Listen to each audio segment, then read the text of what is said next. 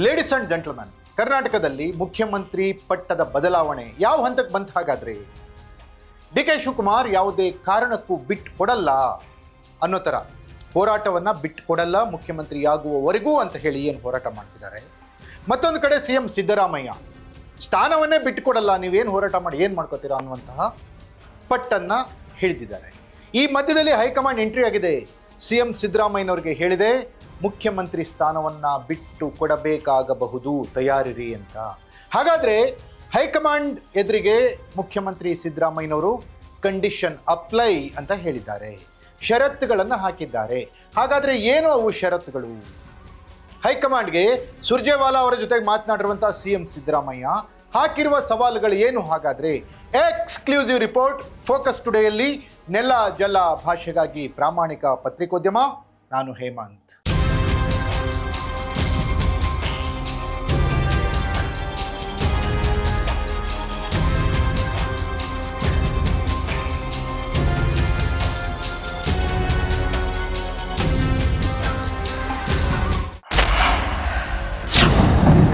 S ವೀಕ್ಷಕರೇ, ಕರ್ನಾಟಕದಲ್ಲಿ ಮುಖ್ಯಮಂತ್ರಿ ಬದಲಾವಣೆ ಅನ್ನುವಂಥ ಚರ್ಚೆಗಳು ಏನು ಹುಟ್ಟುಹಾಕ್ತು. CM ಸಿದ್ದರಾಮಯ್ಯನವರು ಸ್ಟಿಕ್ ಆನ್ ಆಗಿದ್ರು, ಅವರ ಸೀಟ್ಗೆ ಯಾವುದೇ ಕಾರಣಕ್ಕೂ ಬಿಟ್ಟು ಕೊಡಲ್ಲ ಅಂತ. ಮೊದಲು 5 ವರ್ಷ ನಾನೇ CM ಅಂತ ಹೇಳ್ತಾ ಇದ್ದಂಥ ಸಿದ್ದರಾಮಯ್ಯನವರು ಯಾವಾಗ ಬೇಡಿಕೆ ಹೆಚ್ಚಾಯಿತು, ಮುಖ್ಯಮಂತ್ರಿ ಬದಲಾವಣೆಯ ಹೋರಾಟ ಹೆಚ್ಚಾಯಿತು, ಒತ್ತಡಗಳು ಹೆಚ್ಚಾದವು, ಆವಾಗ ತಮ್ಮ ಬಿಗಿ ಹಿಡಿತದಿಂದ ಒಂದು ಸ್ಟೆಪ್ಪನ್ನು ಕೆಳಗಿಟ್ಟಂಥ ಸಿದ್ದರಾಮಯ್ಯನವರು ಹೈಕಮಾಂಡ್ ಹೇಳ್ದಂಗೆ ಕೇಳ್ತೀನಿ ಅನ್ನೋ ಥರ ಆಟವನ್ನು ಶುರು ಮಾಡಿದರು. ತದನಂತರ ಹೋರಾಟವನ್ನು ಬಿಡದ ಡಿ ಕೆ ಶಿವಕುಮಾರ್ ಇನ್ನೂ ಹೆಚ್ಚಿನ ಹೋರಾಟವನ್ನು ಮುಖ್ಯಮಂತ್ರಿ ಸ್ಥಾನವನ್ನು ಪಡೀಲಿಕ್ಕಾಗಿ, ಸಿದ್ದರಾಮಯ್ಯನವ್ರನ್ನ ಆ ಸ್ಥಾನದಿಂದ ಇಳಿಸ್ಲಿಕ್ಕಾಗಿ ಮಾಡ್ತಾನೆ ಬಂದರು. ಪರಿಣಾಮ CM ಸಿದ್ದರಾಮಯ್ಯನವರು ಮತ್ತೆ ಚೇಂಜ್ ಮಾಡಲಿಕ್ಕೆ ಹೋದರು. ನನ್ನ ನಂತರ ಯಾರು? ಮುಖ್ಯಮಂತ್ರಿ ಸಿದ್ದರಾಮಯ್ಯನವರ ನಂತರ ಅಹಿಂದ ನಾಯಕರು ಮುಖ್ಯಮಂತ್ರಿ ಆಗಬೇಕು, ಅದರಲ್ಲೂ ಕೂಡ ದಲಿತರೇ ಮುಖ್ಯಮಂತ್ರಿ ಆಗಬೇಕು ಅಂತ ಹೇಳಿಕೆ ಶುರು ಮಾಡಿದರು. ಇಲ್ಲಿ ಶುರುವಾಗಿತ್ತು ಸ್ಫೋಟಕವಾದಂಥ ಬೆಳವಣಿಗೆ ಕಾಂಗ್ರೆಸ್ನಲ್ಲಿ. ಒಂದು ಕಡೆ 2023 ಚುನಾವಣೆಯಲ್ಲಿ ಕಾಂಗ್ರೆಸ್ 135 ಸ್ಥಾನಗಳನ್ನು ಗೆಲ್ಲಲಿಕ್ಕೆ ಅಹಿಂದ ನಾಯಕ ಸಿದ್ದರಾಮಯ್ಯ ಎಷ್ಟು ಕಾರಣನೋ ಅಷ್ಟೇ ಸ್ವಲ್ಪ ಹೆಚ್ಚು ಕಮ್ಮಿ ಪ್ರಮುಖವಾಗಿ ಕಾರಣರಾಗಿದ್ದು ಡಿ ಕೆ ಶಿವಕುಮಾರ್ ಅವರ ಸಂಪನ್ಮೂಲ, ಡಿ ಕೆ ಶಿವಕುಮಾರ್ ಅವರ ಸಂಘಟನಾ ಶಕ್ತಿ ಮತ್ತು ಡಿ ಕೆ ಶಿವಕುಮಾರ್ ಅವರು KPCC ಅಧ್ಯಕ್ಷರಾಗಿ ಮಾಡಿರುವಂತಹ ಕೆಲಸ.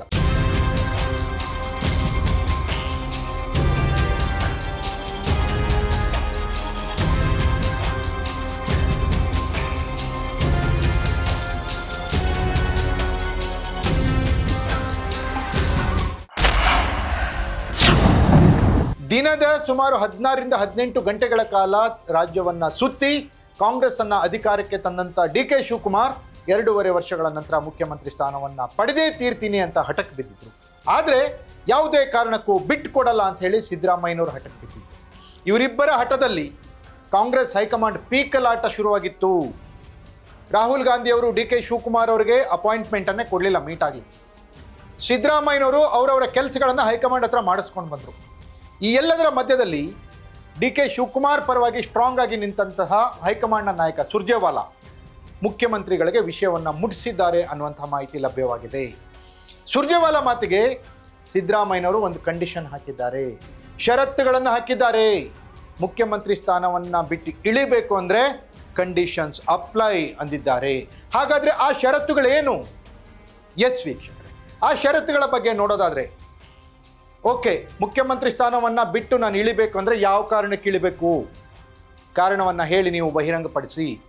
ಎರಡನೇದು, ಮುಖ್ಯಮಂತ್ರಿ ಸ್ಥಾನದಿಂದ ನಾನು ಇಳಿದ ಮೇಲೆ ಯಾರು ಆಗ್ತಾರೆ ಮುಂದಿನ ಮುಖ್ಯಮಂತ್ರಿ, ಇದಕ್ಕೆ ಉತ್ತರವನ್ನು ಕೊಡಿ. ಮತ್ತೊಂದು, ಕಾಂಗ್ರೆಸ್ನ ಸಂಪ್ರದಾಯಸ್ಥ ಮತ ಬ್ಯಾಂಕ್ ಆಗಿರುವಂಥ ಅಹಿಂದ ಓಟಗಳು, ಅಲ್ಪಸಂಖ್ಯಾತರು, ಹಿಂದುಳಿದವರು, ದಲಿತರು, ಇವರು ಕಾಂಗ್ರೆಸ್ನಿಂದ ವಿಮುಖರಾಗದಂತೆ, ಕಾಂಗ್ರೆಸ್ನಿಂದ ದೂರ ಹೋಗದಂತೆ ಯಾವ ರೀತಿಯ ಪ್ಲ್ಯಾನನ್ನು ನೀವು ಮಾಡ್ಕೊಂಡಿದ್ದೀರಿ, ಅದಕ್ಕೆ ಉತ್ತರ ಕೊಡಿ ಅಂತ ಕೇಳಿದ್ದಾರೆ. ಈ 3 ಕಂಡೀಷನ್ಗಳನ್ನು ಕೇಳಿ ಸುರ್ಜೇವಾಲಾ ಬೆವರಿದ್ದಾರಂತೆ. ಹಾಗಾದರೆ ಸಿದ್ದರಾಮಯ್ಯನವರ ಕಂಡೀಷನ್ನ ಕೇಳಿದ ಮೇಲೆ ಹೈಕಮಾಂಡ್ CM ಅವರನ್ನು ಬದಲಾವಣೆ ಮಾಡುವಂತಹ ದುಸ್ಸಾಹಸಕ್ಕೆ ಕೈ ಹಾಕುತ್ತಾ? ಹಾಗೇನಾದರೂ ಕೈ ಹಾಕಿದರೆ CM ಸಿದ್ದರಾಮಯ್ಯನವರು ಡಿ ಕೆ ಶಿವಕುಮಾರ್ ಅವರೇ ಮುಂದಿನ ಮುಖ್ಯಮಂತ್ರಿ ಆಗಲಿ ಅಂತ ಸಪೋರ್ಟ್ ಮಾಡ್ತಾರಾ? ಅಥವಾ ಡಿ ಕೆ ಶಿವಕುಮಾರ್ ಬೆಂಬಲಿಗರು ಅಹಿಂದ ನಾಯಕ ಸಿದ್ದರಾಮಯ್ಯನವ್ರನ್ನ ಇಳಿಸಿದ ಮೇಲೆ ಯಾವ ರೀತಿ ಕಾಂಗ್ರೆಸ್ನಲ್ಲಿ ಮುಂದುವರಿತಾರೆ, ಅಹಿಂದ ಮತಗಳು ಯಾವ ರೀತಿ ಕ್ರೋಢೀಕರಣ ಆಗ್ತವೆ ಕಾಂಗ್ರೆಸ್ಗೆ. ಮುಂದೆ ಪಂಚರಾಜ್ಯಗಳ ಚುನಾವಣೆ ಇದೆ. ಕೇರಳ, ತಮಿಳುನಾಡು, ಪಾಂಡಿಚೇರಿ, ಅಸ್ಸಾಂ, ವೆಸ್ಟ್ ಬೆಂಗಾಲ್.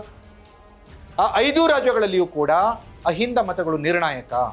ಆ 5 ರಾಜ್ಯಗಳ ಚುನಾವಣೆಯ ಮೇಲೆ ಈ ನಾಯಕತ್ವ ಬದಲಾವಣೆ ಯಾವ ರೀತಿ ಎಫೆಕ್ಟ್ ಮಾಡುತ್ತೆ.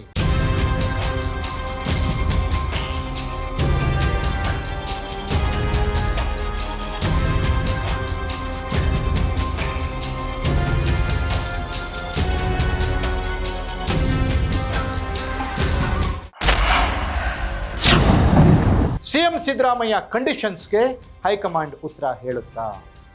ಹಾಗಾದರೆ ಡಿ.ಕೆ. ಶಿವಕುಮಾರ್ ಮುಖ್ಯಮಂತ್ರಿ ಆಗುವ ಕನಸು ಈಡೇರೋದೇ ಇಲ್ವಾ? ಈ ಎಲ್ಲದಕ್ಕೂ ಕಾಲ ಉತ್ತರ ಹೇಳಬೇಕು. ವೀಕ್ಷಕರೇ, ಇದಾಗಿತ್ತು ಫೋಕಸ್ ಟುಡೇ. ನೆಲ ಜಲ ಭಾಷೆಗಾಗಿ ನೋಡ್ತಾ ಇರಿ ಫೋಕಸ್ ಟಿವಿ.